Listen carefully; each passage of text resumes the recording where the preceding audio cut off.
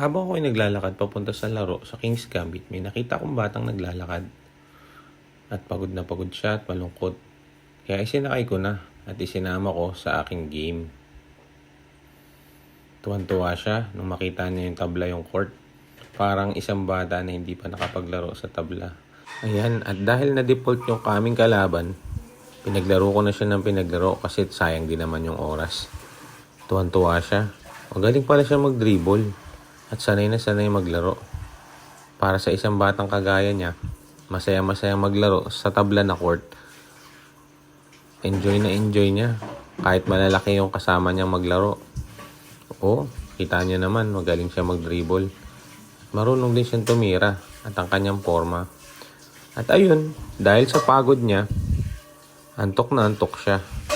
Siyempre, dahil galing sa laro, siguradong gutom siya kaya pinakain ko na rin. Pinilan ko ng tinapay. Maraming salamat po.